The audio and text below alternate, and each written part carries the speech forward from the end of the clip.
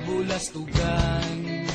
Hindi malilimutan ang asaran na merong pikunan, lalo na rin ang unang niligawan, unang kabiguan.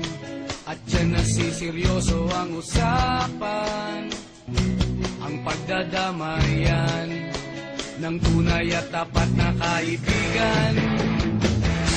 Noong mga buwan, kaibigan, ang maaasahan. Oh, di na tayo mabata, edad may di nahahalata.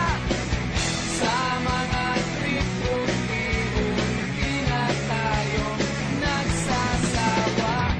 Pero kahit ganon, barkadang matatag hanggang sa ngayon. Minsan man magkita, tiyak may kwela, yan ang aking mga tropa.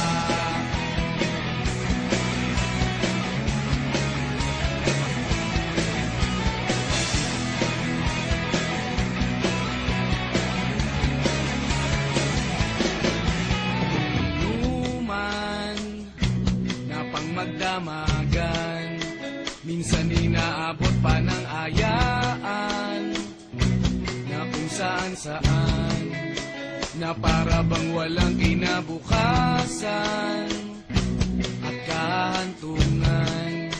At dyan nasiseryoso ang usapan, ang pagpapayuhan ng tunay at tapat na kaibigan.